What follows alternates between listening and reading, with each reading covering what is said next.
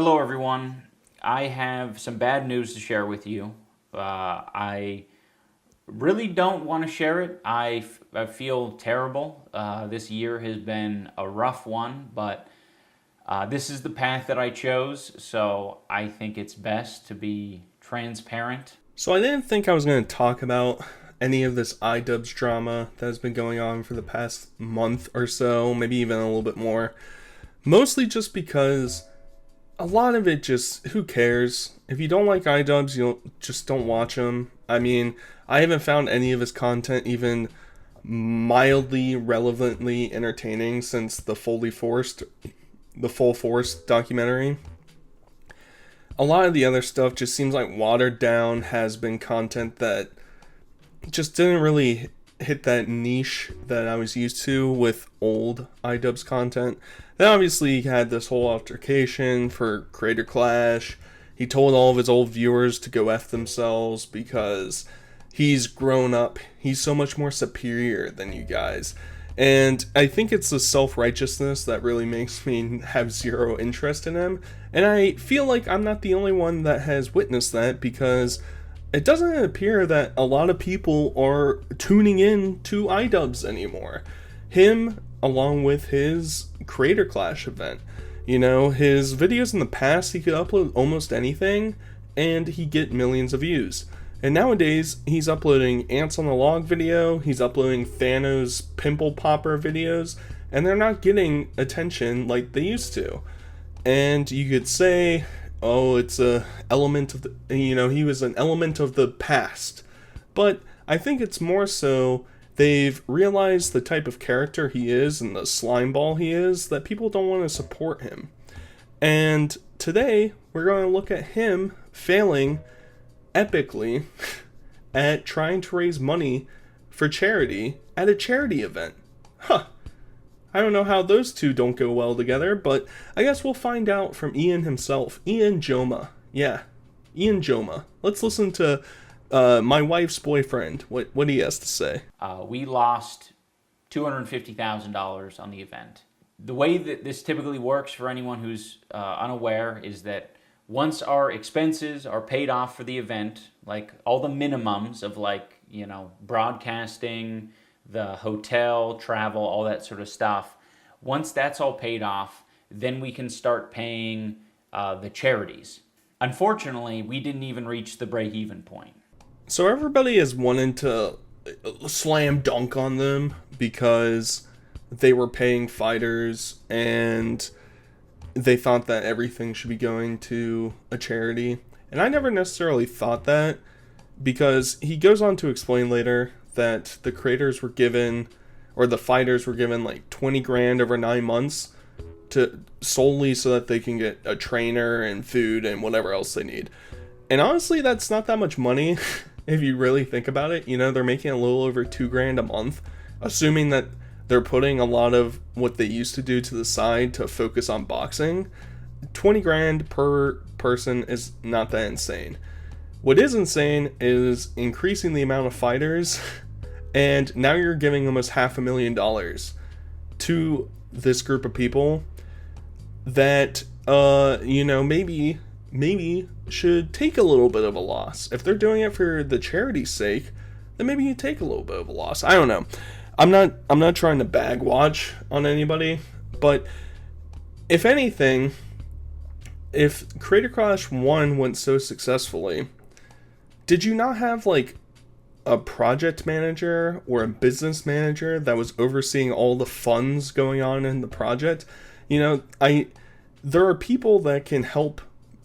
This is supposed to be a huge event. Do you not have accountants in the background checking every dollar, giving you an estimate of how much things are going to cost and where you need to cut back?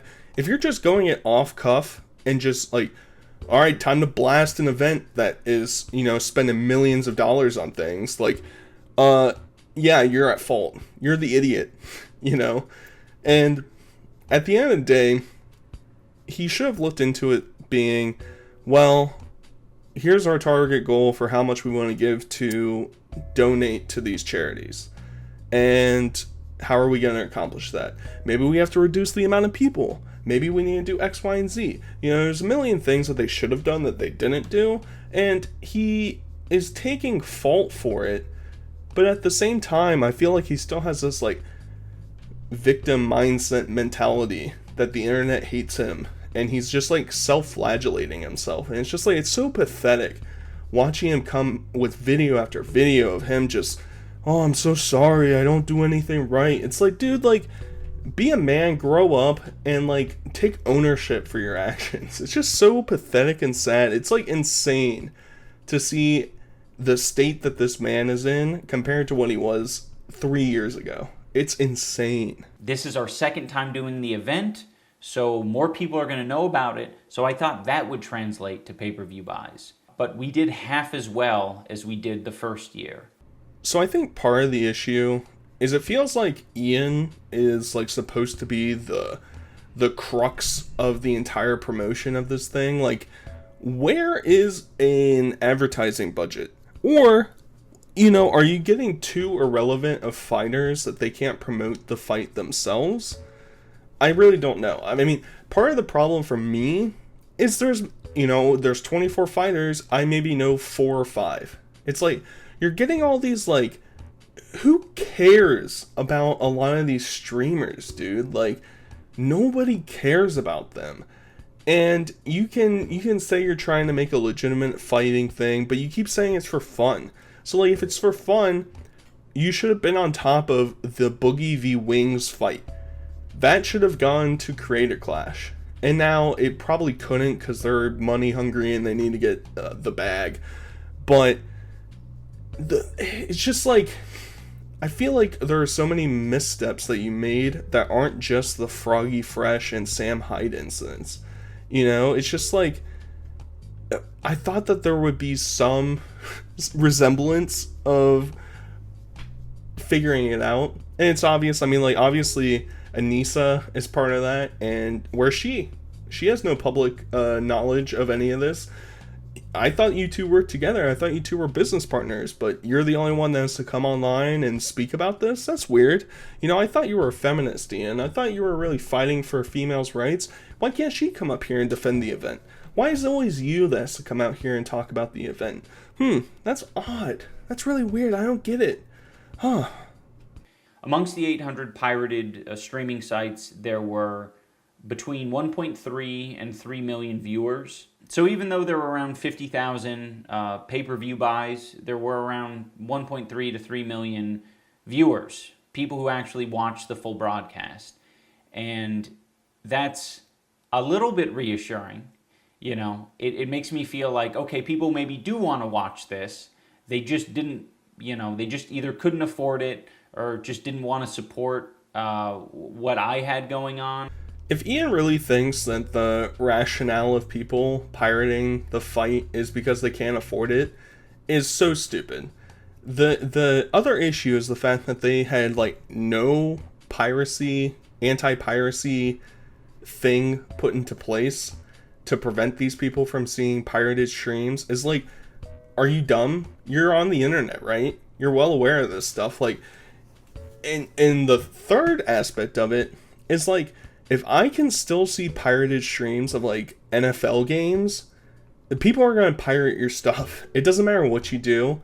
And so thinking that this really had any impact on your final dollar line, I think is a bit naive.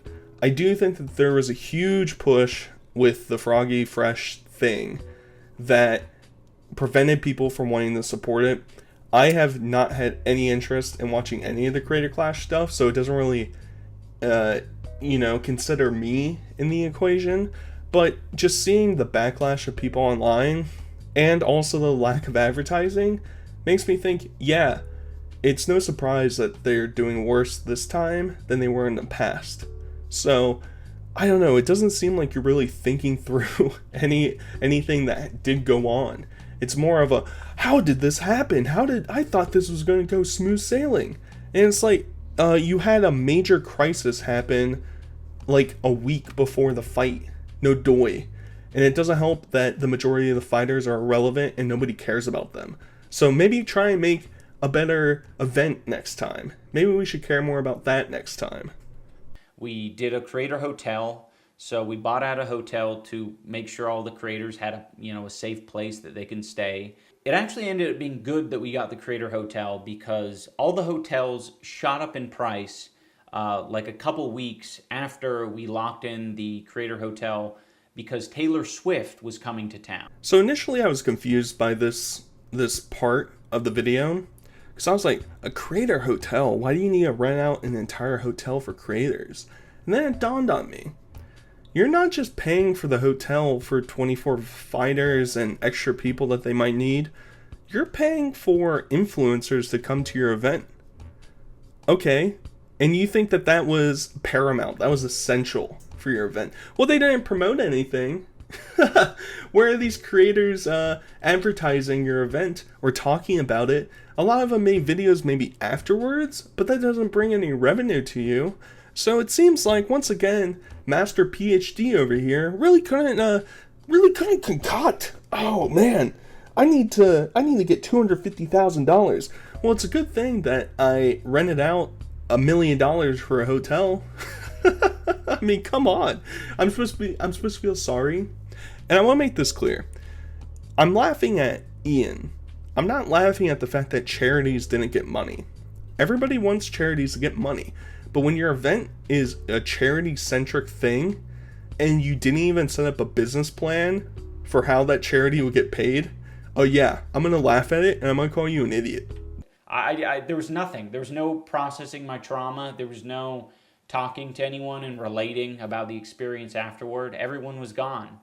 And that shit felt awful. So, yeah, some of these things that might seem extraneous, in my opinion, were entirely necessary, and I wouldn't change it for the world. As evidenced by the pay-per-view streams, it wouldn't have made a difference because we did half as many pay-per-view sales. So a lot of people will probably try and dunk on him for wanting to have like a trauma session with the fighters after the fight. I really don't think it's that big of a deal, especially because a lot of these people, this is their first fight. So it's like, yeah, some of these people might be shaken up afterwards. I also think that it just comes off as like an SJW crying meeting with each other, where it's just like they're sobbing to each other because they got bullied online and everything was so hard. I know that's not what this actually was, but that's really what it's just like hearkening as. And it's just like, I mean, how is anybody gonna look at this dude on the frame right here and think, yeah, this guy, he can be trusted with our loans to set up a successful event? Not only just to pay off everything that they need, essentially, but to also follow through with their plan and give charities some money. Huh. Who would have thought that this guy couldn't figure it out? That's bizarre. I don't have a good solution. The best solution that I've been able to come up with is putting the full Creator Clash 2 broadcast on YouTube for free for everyone to watch. And just hoping and praying that people enjoy it and want to support it. I'm curious what your guys' thoughts are, but I want to post the full broadcast on YouTube, and I want to have like a fundraising goal. I know YouTube has like a fundraising thing, but right now, from what I've seen, YouTube doesn't allow multiple charities to be listed in the fundraiser. And there's not really very many good options for us to collect donations ourselves. So I think we're just going to have a singular charity represented in the video, and then we'll put all the other charities in the description. So if you want to donate to a specific charity, that's where you can do it. So not only did he not get enough money to donate anything to charity, he wants the people that are loyal to him and probably bought the pay-per-view to donate again. Give me more money so that we can fulfill this goal. I understand. I feel like there's like two avenues you can go down.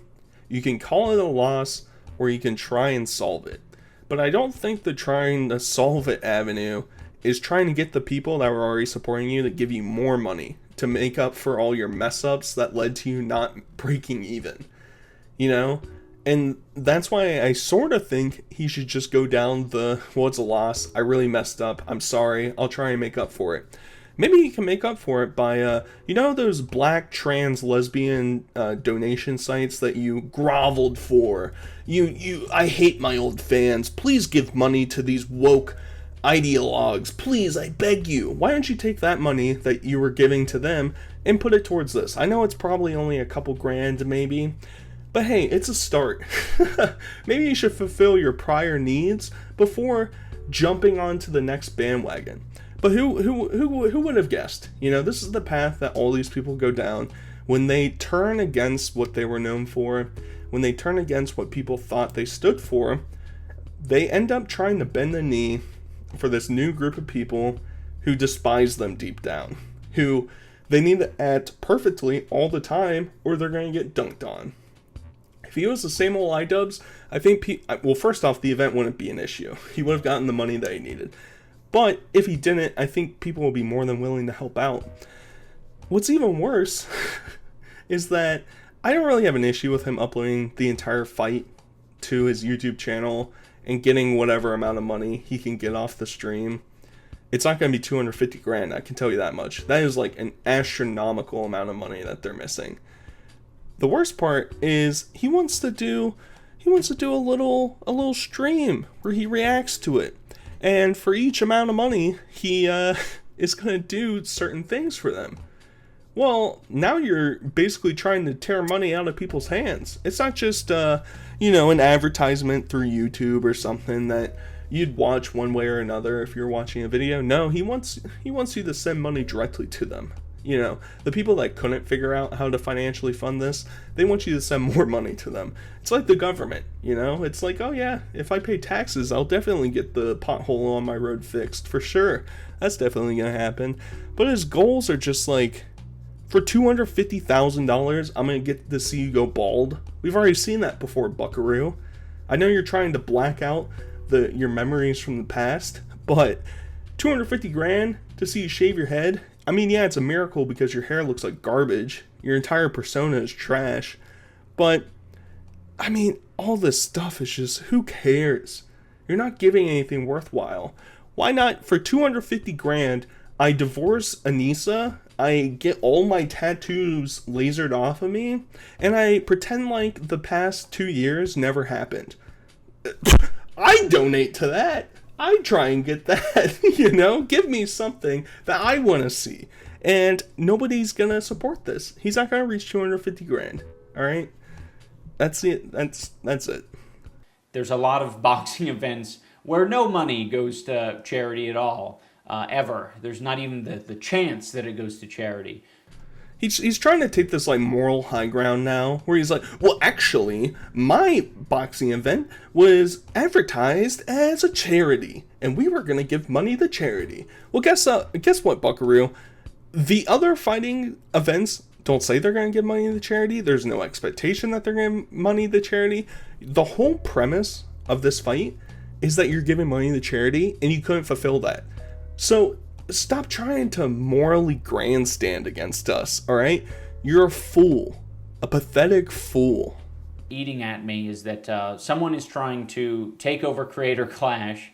I know that sounds like the plot of a video game or something, but it's real. So apparently there's some third party that's trying to buy into or take over one way or another Creator Clash, which, yeah, I can see why you'd be upset because this is your own invention, but you've ran it into the ground. It's just like, if one day McDonald's stops making a profit and they're in the hole. Each restaurant's down 250 grand. Well, yeah, the founders of McDonald's would be upset that they have to sell it to somebody that could fix it. But hey, maybe if somebody comes in, they can fix it. Maybe you get completely ousted from it. You're no longer there. Bye-bye. Bye-bye, Ian. Bye-bye. No more Ian in Creator Clash. Well, hey, maybe they can make it successful. Because obviously you can't. That's why I want to end you with, there's one other thing that I thought was funny that I want to include. I've been watching some of Ian's old Kickstarter crap videos. I posted about it on Twitter. Go follow me on Twitter. Link down below. Essentially, there's this guy e-begging, asking for money on his Kickstarter, and he even on his Twitter currently liked a post lambasting Ian. I also think, listen to what Ian has to say during this clip. Kind of ironic, don't you think? Either way, I hope you guys enjoyed the video. I will talk to you guys soon. I appreciate you so much. Bye-bye. And I want to expand my YouTube channel, and I want to actually bring value, as in production value, to my videos. I want to be able to entertain people in the way that the media is advancing. He wants to increase his production value, and there's nothing wrong with wanting to increase your production value. You want to make your videos look better. I understand that. But why do you need $5,000 to do that? And not only $5,000, but $5,000 of other people's dollars.